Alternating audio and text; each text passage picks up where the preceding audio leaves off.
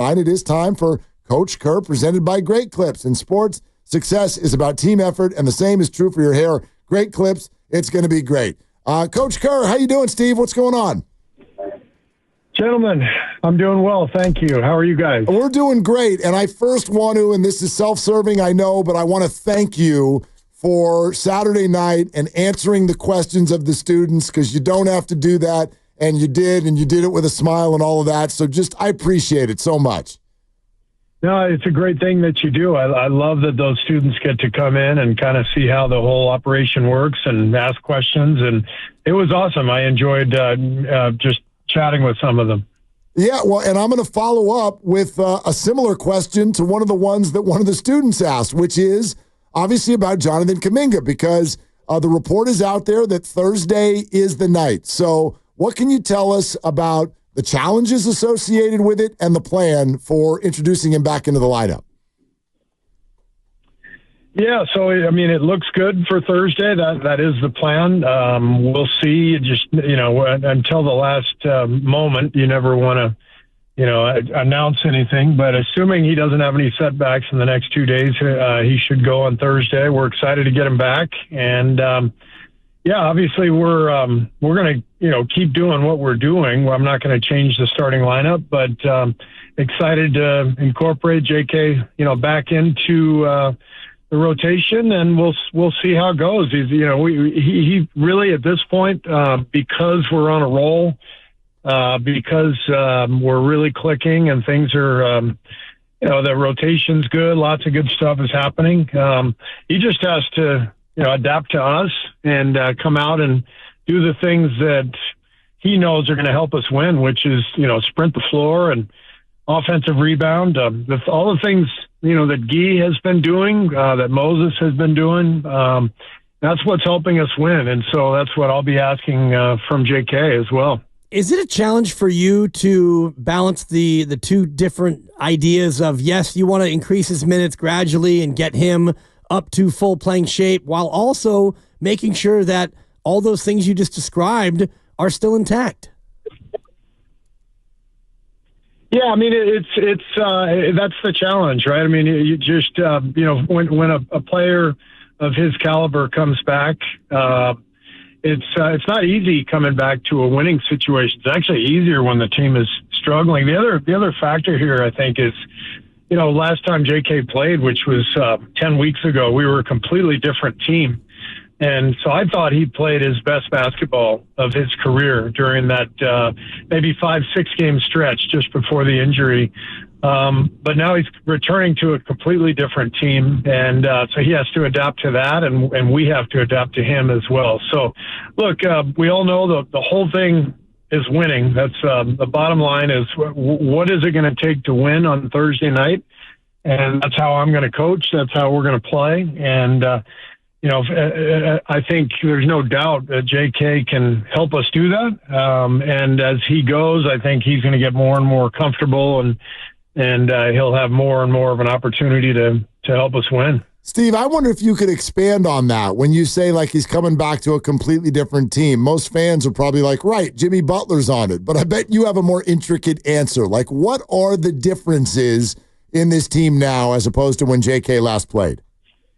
Well, I think that his last couple of weeks, we were really running a lot of things through him because Jimmy wasn't here yet. And now that Jimmy's here, look, Jimmy's one of the best players in the league. He's proven it. As soon as he got here, we started winning. And so we're going to run through Jimmy Butler, and we're going to run through Steph Curry. And so what that requires of JK is to be, settling into a role to support those guys. And that's slightly different. And that's just something that he's going to have to adapt to. Is there any particular reason why the ramp up to play took maybe longer than it normally does? Because I'm thinking about when he started going full court scrimmaging, which is almost 2 weeks ago. Normally that portends for a player to come back and play right away. What were the reasons that had this be a little bit more elongated? It's no particular reason. I think every player is different, and we wanted JK to feel comfortable and confident before he made his return, and it just took this long, and that's fine. It's just the way it went. Steve Kerr with us here, Willard and Dibs, 95.7 The Game, as he is every single week. This might be a chicken or the egg, Steve, but I'll tell you one thing I've noticed. Man, the guys are joking around with each other a lot, poking fun, having fun, talking about each other in interviews. Is that because you're winning, or is the winning sort of more a function of it? It's a great question. I do feel like this team has had a really good vibe all year. Even during the losses, I think our team really genuinely liked each other. So I think, I guess the way I would answer that question is, Jimmy's arrival obviously changed things, but the culture and the vibe was already built in. And even during the losses, I think there was a strong foundation. And so, Jimmy's arrival, combined with the foundation that existed already and the culture that Steph Curry and Draymond Green set, I think it allowed us to flourish right away. Is he the big reason that this idea of a crisis of confidence has evaporated? You guys were down 27-5 the other day, and none of us here in the room even felt like there was any doubt that you were going to rally. Is Jimmy solely responsible for shedding that crisis? He is, I think, because what he does is he makes everybody else better. So he instantly arrived and started making Moses better and Gee better and Quentin Post better. You could see the confidence level that Steph suddenly had, knowing Jimmy was by his side. Same with Draymond. And so everyone else is improved with Jimmy's arrival, and with that improvement comes confidence, and we're playing with a lot of confidence again. Steve, here's one thing I wanted to throw at you. You've won 5 in a row. So the Wolves, Clippers 3 in a row, Rockets 3 in a row, Grizzlies 3 in a row.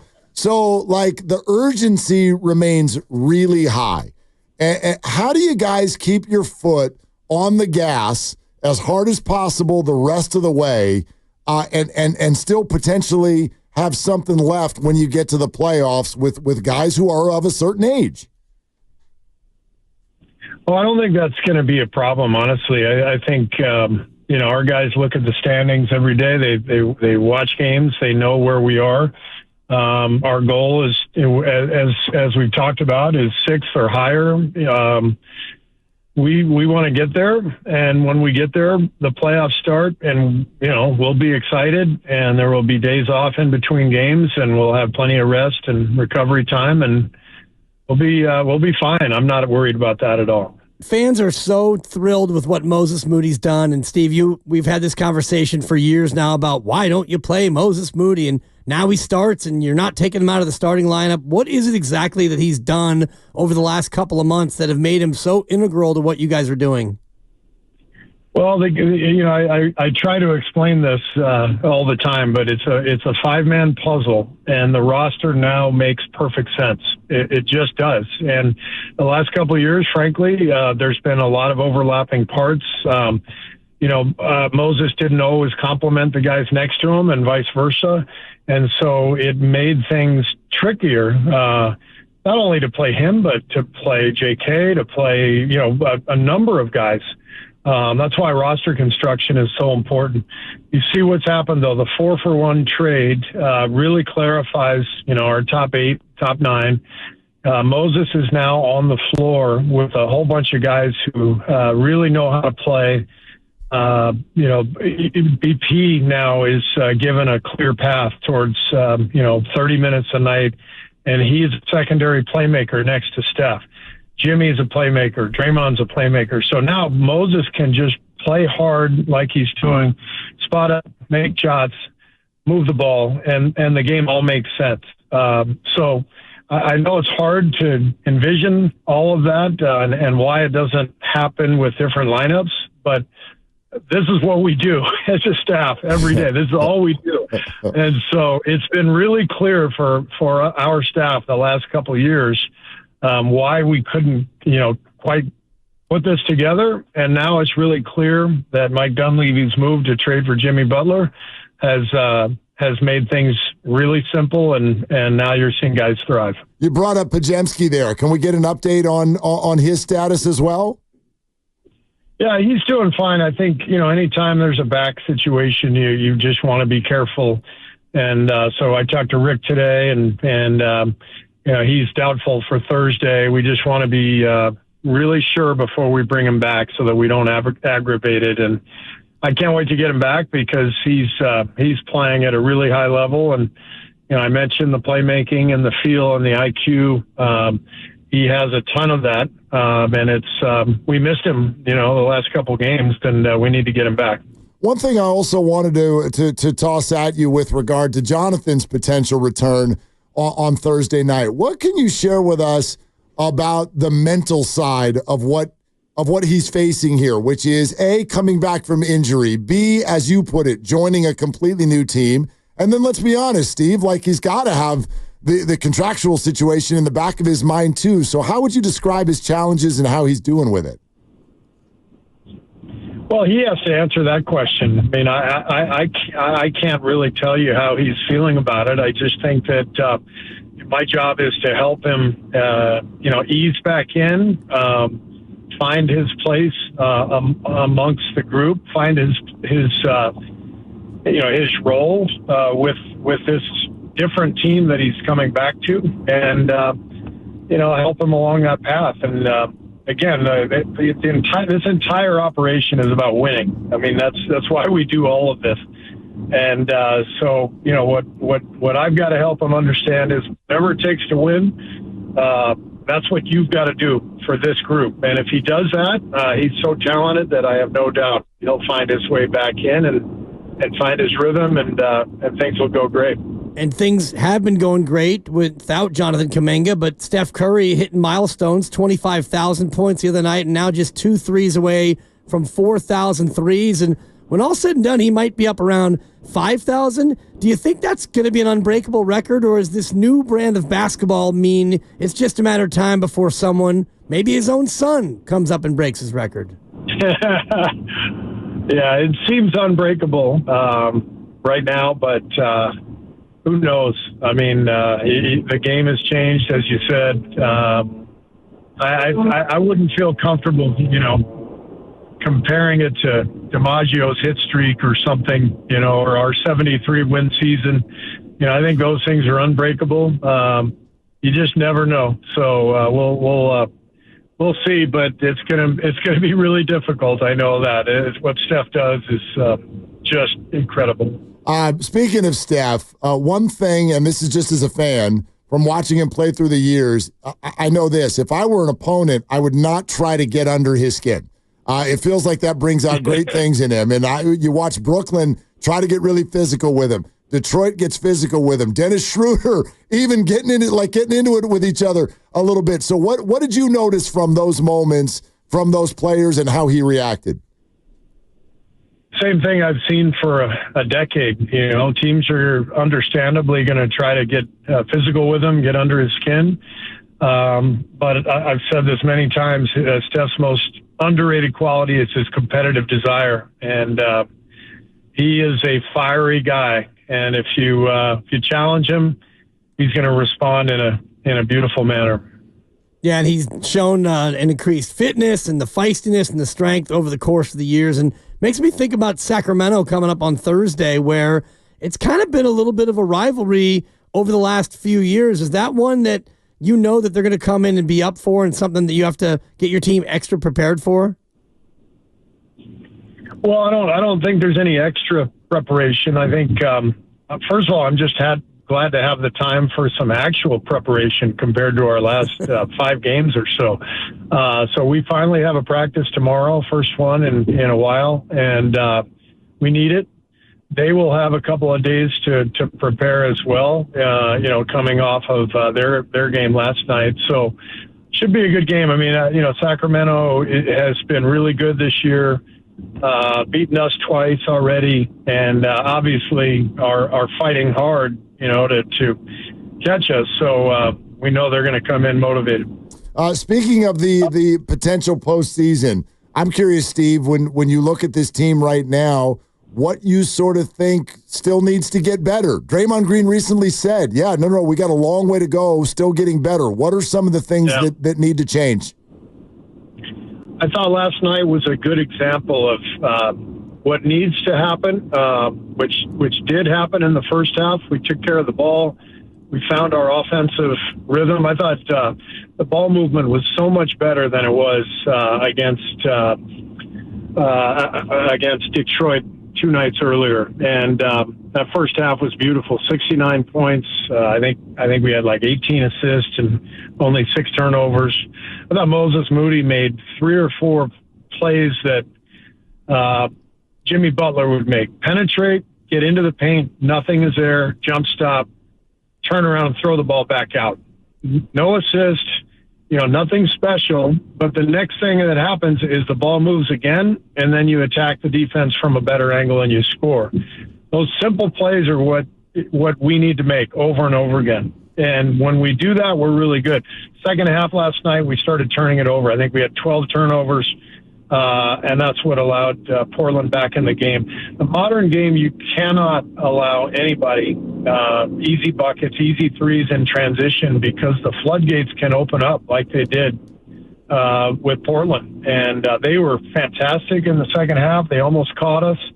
And it was both their play but also our mistakes. And those are the things that I'm going to harp on with our team. I love it. 12 of your last 14, and yet you're going to have to harp on them in practice. That's old school. And, Steve, you're just one win away from tying Al Attles for most in the history of the Golden State Warriors. When you do get those 2 wins and you pass Al Attles, what is that going to mean to you to pass such a legendary figure like Al Attles? It is. It's kind of crazy, to be honest with you. I never could have imagined that happening when I arrived here, 11 years ago.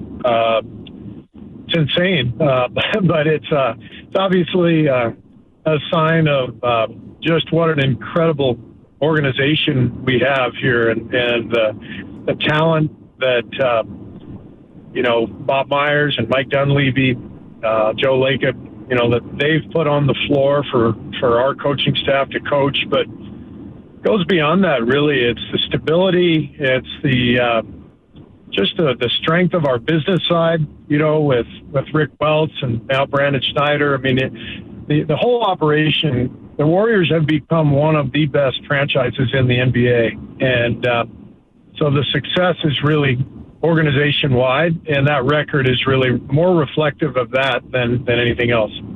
Steve, this might be a little random going back to last night's game, but I'd really love to know kind of what was going on there at the end. I think people saw on TV a conversation between you and Jimmy Butler, and there's that situation where, like, you've got the game in hand, but the shot clock's running down. It looked like you guys had a conversation about whether or not he should shoot it. What was going on there? It's funny, actually. It was actually a conversation with Denny Avila. What happened was there was a shot clock differential, about 5 seconds, and we're running the clock out. And Jimmy looks at me, and I said, "Shoot it," because I do not believe that you should ever take a turnover and take a shot clock violation at the end of a game. I just don't. It goes against what the game calls for. If the shot clock is off, absolutely, you run the clock out, you let the buzzer sound. I tell our guys, never take a turnover. If the game calls for a shot, take a shot. And Avila kind of looked at me with, like a sideways look. I just yelled out to him, "Hey, shot clock differential." And then Jimmy looked at me after the game. I said, "Look, this is how we handle this stuff. We always shoot." It's beyond me why anybody should be offended in the NBA or at any level of basketball if you shoot a shot when there's still time on the shot clock. So it's just the way I handle it, and really was not a big deal. I love Denny. Got to know him a little bit in the draft process. Huge respect for him, and he had a phenomenal game, by the way, last night. So it was nothing. It was just, brief little explanation for, how we approach things. In general, do you tend to believe in those kind of unwritten rules in sports? I think there are certain ones that make sense. I think there are unwritten rules that should be honored. I just, for whatever reason, in the NBA, maybe in college basketball too, the last decade or so, it feels like there are these weird ones. And I'm sorry, but I just refuse to take a turnover because you may be offended that I take a shot at the end when we have 5 seconds on the shot clock. I'm sorry. I can't do that. And part of it had to be Jimmy's refusal to turn it over. He probably looked at you panicked like, Steve, I don't know. I'm about to do something that I don't like to do.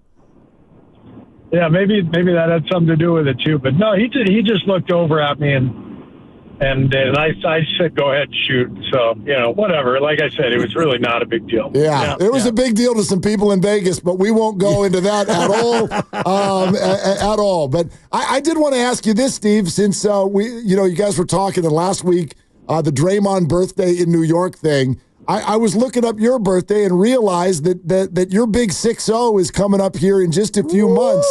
So here's what I want to know. Like, your 50s for you rank where in terms of the decades of your life?